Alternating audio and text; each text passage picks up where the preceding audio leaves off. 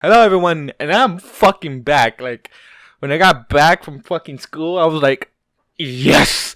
And I just want to shout out, I'm back! But I didn't do that because I am a sensitive guy and I don't want people looking at me. Anyways, guys, let's fucking go. Today we're gonna be chapter fucking 12, and it's called Warriors. And I don't know what the fuck it's about, but last time, Weeping Angel, or what the Weeping Angel, Weeping Pegasi, whatever the fuck you would assume, but it was a Pegasi, aka, yes. It was a weekend equestrian version of a Weeping Angel. Alright, let's just hop right into this. I'm so ready for this. Let's go. Chapter 12, Warriors. Celestia moved at a brisk walk toward the labyrinth maze, studiously avoiding breaking into either a counter or trap. Princesses were expected to move only at a walk everywhere. If she even hinted at running, they'll panic. Flying was out as well. She could teleport, but with the guard on active alert and search, the danger to other ponies was increased. Teleport bubbles looked ethereal, but at the edge of their invocation before the transport, the bubble was unbelievably hard, and as it grew out before disappearing, they were moving at a fair clip. The bubble had two purposes, keeping things in and keeping things out. Both were important. It meant the pony or ponies inside had a few moments to get out of trouble if the user missed a target and ended up inside. Say, a live volcano. Out meant the infrequently fatal things outside a miss didn't get in just long enough for a caster to escape. Most master mages teaching the spell avoided proximity with their pupils assiduously to avoid being knocked out by the bubble. Celestia herself had a fairly good knot raised on her jaw once when Sunset Shimmer cast an unusually large one. Although Celestia was suspicious that it had been intentional, she nodded at the ponies along her path that curtsied or bowed, Celestia maintaining the ruse of a kindly princess out for a little constitutional, not a ruling Darkic archmage demigoddess with terror for herself, her sister, and the ponies of Equestria all being in mortal danger. She noted that there were much fewer than usual as her orders were being complied with concerning evacuation. The doctor would be running, she thought, lucky him not having to set an example everywhere he went. She arrived at the alcove after warily watching for any sign of the angel, rather than knocking. She pulled open the door and went inside. "Oi!" cried John, upset that some pony decided to just jump into the blue box without permission as he ran out from under the platform. When he saw who it was, the upset was rapidly replaced with confusion. "Princess Celestia? What?" he started to say. "Doctor, we have no time for pleasantries. My guards are reporting to me that there is an angel on the loose," she said candidly. "What? No! Impossible! There's no way," he started to say. "Two ponies are already unaccounted for. They were apparently attacked right at the entrance to the labyrinth. On my way here, I watched for any hint of it, but I didn't see it." She glanced around apprehensively. "My subjects." "Alright, we need to save them, but we have to move from here. Have someplace safe we can go?" the doctor asked. Celestia snorted. "Relatively safe. The throne room. We have a specific spot just big enough for the TARDIS along the east hall. 25 feet from the edge of the throne, Diaz. It kept clear at all times. I don't have my coordinate notes." "That was enough, Majesty. I can put us right there. Just you watch." "Derpy!" he bellowed. "I'm right here, clever boy," she said decisively, swinging up onto the ramp next to them. "I heard, Majesty," she started to say. "At the guest quarters, along with the Cutermite Crusaders, I put a platoon on alert right there. Dinky is relatively safe at the moment," Celestia said, anticipating her question. "Too much relative, Majesty. I need a bit more proactive," said Derpy. "What?" said Derpy. "I agree. Luna will attend them shortly. Can you put the equestrian Horians here?" Celestia asked. "I can," started the doctor. "No, we need a bolt hole for the moment. Both Luna and I, in case it gets wind of us and decides to hunt us down. Only the TARDIS can keep us out of reach, and we still have to coordinate evacuation of Cantula as well as see to the safety of our subjects," Celestia said worriedly. "I've got this, Princess," Derpy said, saluting as if the Wonderbolt flight suit was still on her. Not in a closet at her home. Estimated time 30 minutes, 23 minutes. Flight time 7 minutes to assemble the team and teleport. Designated arrival target, she said, fully into her formal flight leader mood. Celestia thought for a moment. Where would every pony be best unobserved? "Told Twilight to use my target from the Manhattan trip we made," Celestia said, loath to let that little secret out, but what else to do? "Keep it tight and in the center of the room." "Wilco!" she saluted again, turned toward the other pony. "John, find a way. Save my little girl. Save us." She marched down the ramp, opened the door with a squeak, and launched herself like a rocket out of it. Both John and Celestia started as the door squeaked closed. "Wow! I knew she was fast in her time, but that looked like she hasn't lost a wing beat," Celestia said in awe. "I wonder if Rainbow Dash has been tutoring her." Alright, Doctor, get us into that throne room, she ordered. Once, Majesty, the doctor said in reply. Derpy snap rolled 1/4, turned left, tore through the sky as she changed direction toward Ponyville. Wingtips vertical in a high-speed turn. The wingtips formed vapor vertices as the air bubbled on the lips. She snapped horizontal, vectored straight at Ponyville at the correct moment. Hey, Derps! Derpy glanced over as Spitfire joined up. What's the deal? Spitfire said laconically. Get your crew back on orbit, Spit! You're on combat air support! Derpy roared, furiously astounded. Spitfire immediately rolled 1/4 right, pulled through hard to get back on our imaginary racetrack. The vapor trail also brilliantly followed her wingtips. If we get through this alive, I swear to Luna, I'm going to tear that girl a new one, Derpy growled. Frighteningly to herself, she winged on more speed. Manure, Spitfire thought heatedly. I'll run the Wonder Ball, Spitfire mentally grumbled as she rolled into the pattern. Yet with one bellow from her, I still act like I'm a cadet on a short leash, she thought as she resumed the upwind leg of the racetrack. She's right, though, Spitfire added a moment later. Chastised, she was always right. Damn it. Okay, Spitz, by the book, like Derps always did it, she said, adjusting her goggles. Doctor, could Pegasus fly away from Angel? Celestia asked as he set the machine. The past few minutes had been spent with the doctor, bringing her fully up to speed on Weeping Angels. He stopped and thoughtfully considered the question, then continued preparations. I have no idea, Princess, since no pony has ever seen one move, he said, having now fully adopted the speech mannerisms of Equestria's inhabitants, rather than seeing no one. How to deduce that, erring on the side of the caution, and considering the swiftness they exhibit, I support that the wings aren't just for decoration myself. He tried a couple of knobs, gave the bicycle pump 3 full strokes. I'm seriously going to consider some type of unbreakable mirror. Should we somehow get out of this? Celestia fumed, more than a little angry.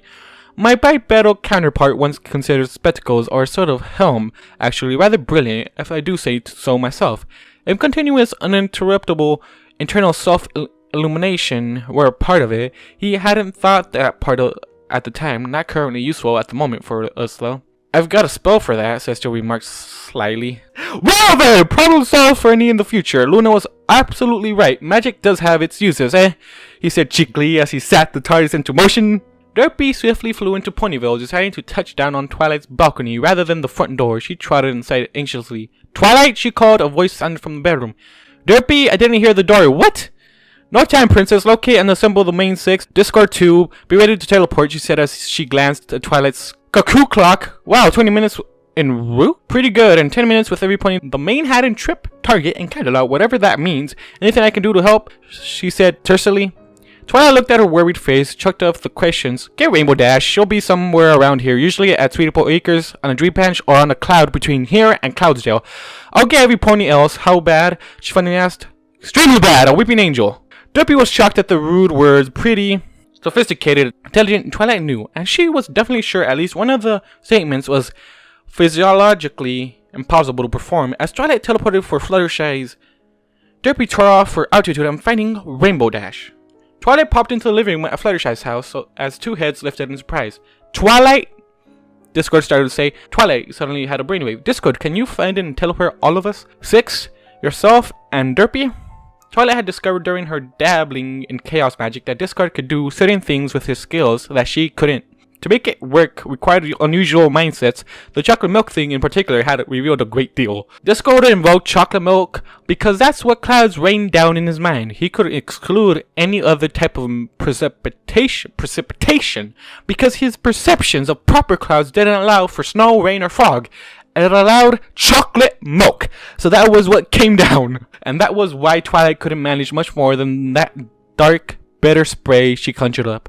Her mind wouldn't make the leap. She couldn't believe well enough to create the perfect concoction. Her realism kept getting in her way.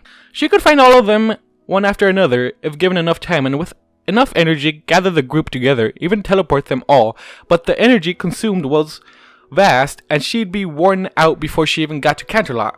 Of course, why? Discord asked, perplexed. Just take us all to the Canterlot throne room. Derpy says there's an angel loose, Twilight replied with trepidation. Discord snapped his fingers at once. None of them appeared in the Canterlot throne room with a poof. Derpy immediately snapped into a left hoof Chundle, wings again vertical, missing the throne wall by scant inches, bleeding energy as fast as she could in their turn. In this case, Rainbow Dash had it worse, falling 10 feet from her former sleeping perch on an apple tree limb to the floor with a noticeable thump. The imprecations she spat out as she rubbed furiously insulted body parts from the impact were even more noticeable. Twilight decided not to intervene in the swearing. Celestia may actually be a polyamorous bisexual, but that was her business. Nothing she might let slip correcting Dash wasn't for her to decide. Besides, Twilight was blushing and Rainbow Dash certainly wouldn't resist for a second probing around for an embarrassing tidbits when she saw that. Just as an peculiar warping sound started to build up into the room, and an old blue box started to materialize, spot on top of a set of darker colored tiles along one wall. Luna had barely glanced up from the throne dais. Her red-framed reading glasses perched perfectly on her nose. She dropped the small sheaf of patrol reports she had been reading as the throne room suddenly became a tiny bit crowded.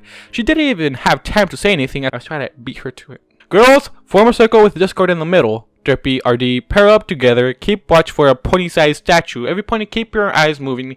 Keep looking for it. If you see it, sound off and keep staring at it. Twilight, Luna said, just as the TARDIS door popped open and John and Celestia joined the throng. Looney, thank goodness, Celestia said, rushing up and hugging her younger sister who stared in shock. Celestia took charge immediately. Doctor, stay here with your machine. Prepare to take us inside for refuge just should it become needed. None of us have the ability to operate it. She turned to the others in the room as she sat down on the dais. Every pony, we believe a weeping angel may be present on Equestria. Some individuals already appear to be missing.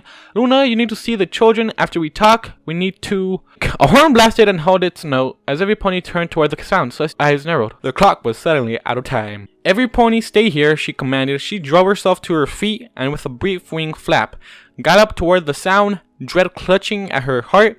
The alert had sounded from the inner courtyard. Celestia lifted the shaft of light with her aura as she ran past the museum armory, teleported it to her side with a flicker of thought. Just as the steward had said, for almost 1,000 years, her weapon that she used against Sombra when she fought him has sat within this ornamental rack in the museum, only taken off by the EUP guard to be clean, dusted, and lightly oiled every few months against corrosion. She had hoped it would stay there until it fell apart from old age.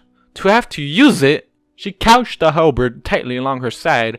As she ran for the inner courtyard, suddenly a deep blue flash joined on her left. She frowned deeply. Luna, I told you to stay away, she panted. I am doing this. The horn was suddenly stilled. Celestia's eyes widened further in dismay. So shall I, Princess Luna said from her left. A very wicked-looking pole arm being carried horizontally raised into view. Celestia viewed it with foreboding. Luna, that's the Nightmare Knight runic scythe. Trepidation clutched at Celestia, her pace breaking slightly before she re-established her stride. The sinister runic scythe of Nightmare Knight, taken from Sombra himself, then possessed and enchanted further by the Nightmare, who had eschewed Luna's sword to seal his defeat, once more held in the aura of her dear sister. It was supposed to be locked away forever, never to be seen again, while she researched how best to destroy it. How did she know where Celestia had hidden it? If I am to die, I will die on my feet, fighting with all I have, Luna panted as well. The highly polished, metallic blue-black colored arm with the mirror-like silver crescent moon edges and flat, deeply cut argent sigils in its surface, sliding back below view. Its startling beauty only unmatched by its terrifying import. She was risking all, including her very existence and spirit, all to fight alongside Celestia for ponies and Equestria. Celestia wished she had some pony to pray to beseech for Luna's protection and redemption. Failing that, she shouldered her burden once more upon her own back.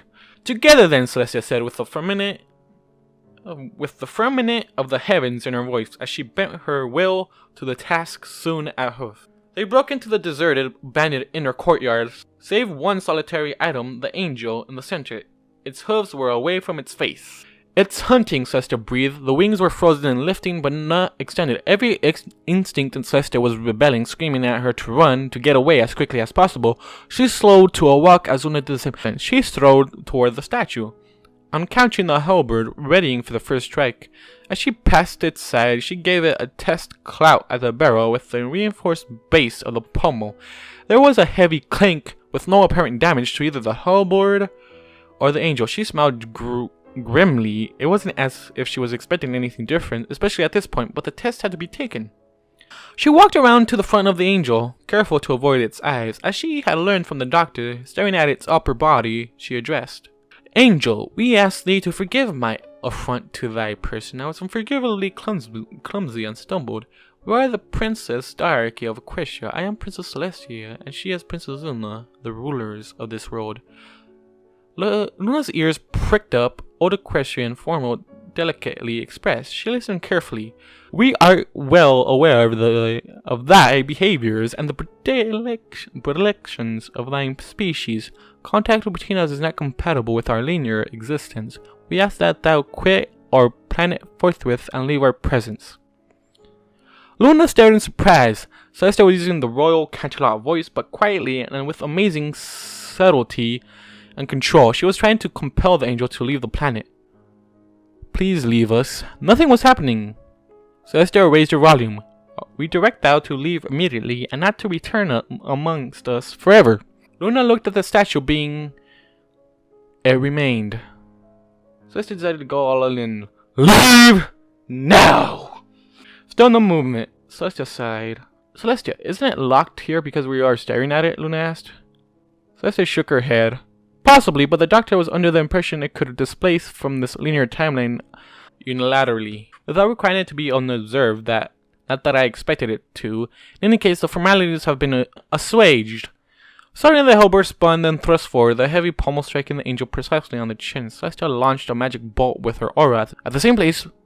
Both were in effect. "Very well then," she said, crouching slightly. Celestia leaped into a multiple attack sequence, halberd thrusts and strikes, magic bolts, 4 hoof kicks, and a spinning flying camel kick against the angel. She surveyed for her damage as she spun to a stop, panting slightly. None was apparent. "Luna," said Celestia, staring at the thing balefully as she tried to catch her breath. Luna's attacks were even more energetic as the younger Alicorn demonstrated her considerable skill and training. She had determined early on that her relative youth and spellcasting abilities would be better suited for close individual combat when compared to Celestia. The Sun Princess was a tank in gaming language, better suited for dealing with in mass formations of enemies, while Luna acted more as a precision weapon against individual entities. Luna was fully demonstrating that ability now. Conjured swords, thaumaturgy. She invoked magic enchantment circles of power and speed, which she then moved the conjured swords and the runic scythe through. They enhanced her already impressive abilities, becoming even more blindly fast. The attacks were chipping small areas on the surface of the angel as the strikes went home. Not much, but some. Luna then saw an opportunity. She set the weapon and locked it in the joint of the body and wing of the statue with her aura, either to drive the angel to the ground or shatter the statue's wing joint. Sweating with the effort, Luna threw all her power, everything, into the rune scythe that she had. Years of training, exercises, and her mental discipline. Her eyes bulged as she stepped beyond what would constitute the norm in such a fight, and added in the authority she used in moving a celestial body. There was a creaking. Luna felt the ground underneath her beginning to loosen with her effort as her hooves began to sink, now dripping with sweat from the force she was employing. The droplets running into her eyes, she increased. There was a loud snap as the scythe came apart, shattering to pieces with a startling purple-violet aura released that dissipated instantly in the waning sunlight.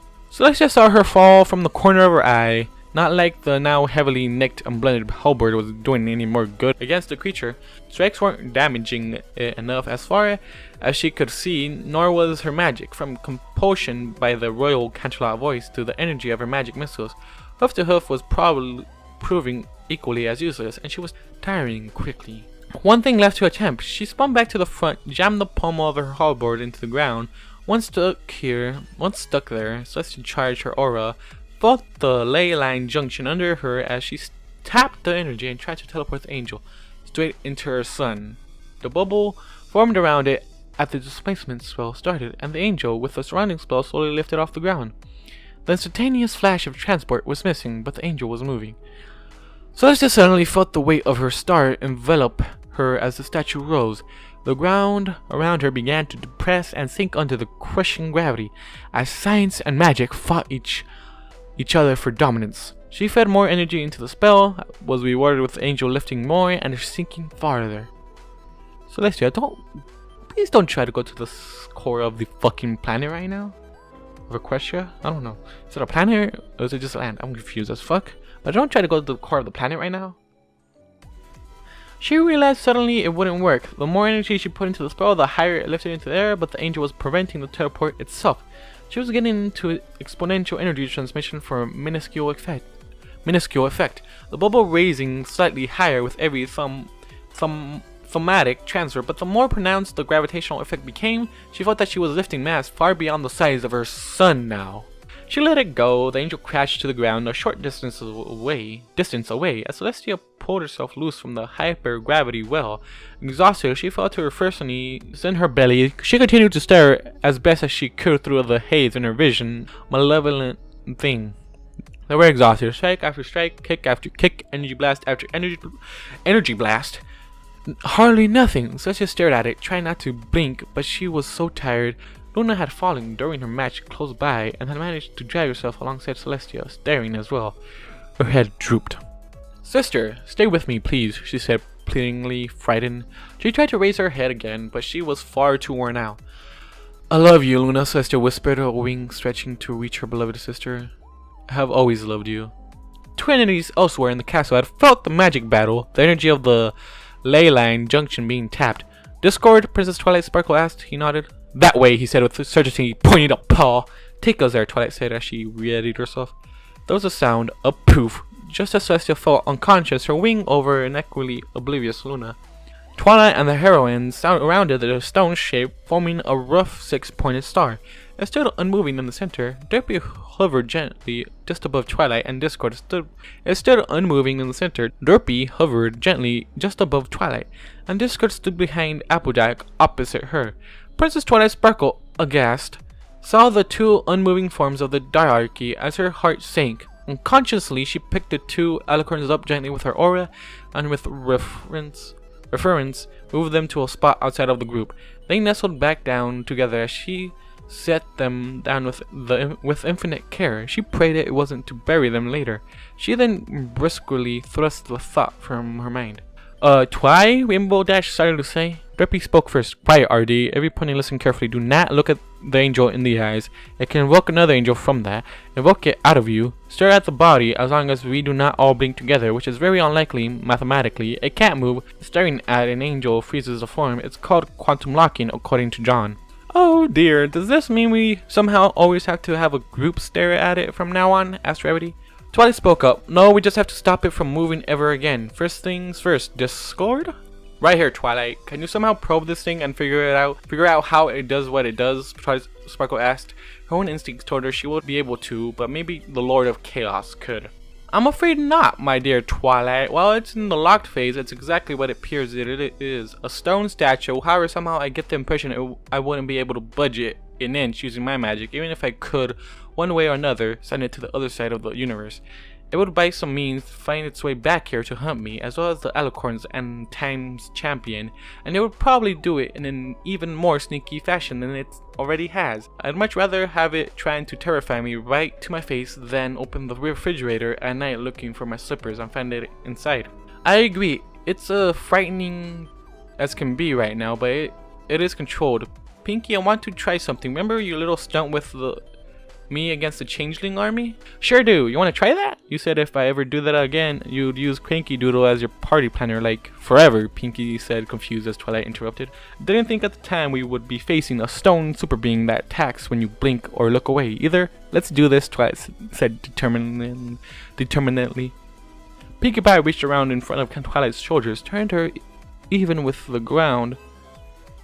Pinkie Pie reached around in front of Twilight's shoulders, turned her even with the ground, Twilight's legs holding her up. As Pinkie supported the front part of Twilight's body with a foreleg, she reached back and grabbed Twilight's tail. Pinkie Pie cranked Twilight's Sparkle's appendage. Twilight suddenly turned into a rapid-fire spellcaster as magic missile bolt after magic missile bolt fired from her horn. Pinkie continued to crank Twilight's tail like a trigger, launching the spells like a military atomic weapon. Bolt after bolt struck the statue with precision, head, forelegs, barrel, flank, rear legs, punishing up and down the body, one after the other, none had any apparent effect. Twilight stopped it after a minute or so, stood up. Well, it was worth trying, she said, disappointed. That was interestingly random, said Discord admiringly. Not now, Discord. Anybody else? Twilight said sullenly. I got nothing, said Rainbow Dash. If I could pick it up and fly it away, the first time I tried looking away to see where I was going. If I can't look at it, its eyes, the stare won't work, said Fluttershy. I could set one of my shop mirrors in front of it, as long as no pony ever moved either of them, as a guarantee that might prove far too thin, said Rarity. And mirrors get dirty or break, said Twilight. Applejack walked up to it, spun around, and launched a tremendous bucking kick, one of her best. The statue was unaffected. As Applejack stumbled and fell to the ground, Twilight realized the danger first. Keep staring, she bellowed as two pairs of eyes looked at Applejack to see if she was okay. Another started to. Fortunately, everyone's eyes snapped back on the statue except for Applejack, who was now limping. Shoot, said Applejack contritely as she worked at walking off the numbing pain in her right rear leg. She looked at Twilight. Next time, warn ponies, Twilight said sternly. Sorry, Twilight, I should have said something. Looks like bucking it ain't a solution. Neither end. It's far heavier than it looks, too. Even if I didn't break it, it should have been knocked over at least. It's okay, AJ. It was worth a shot, Pinky. Pinky, could the cannon do something? Nope. She's too light in the breech and the barrel.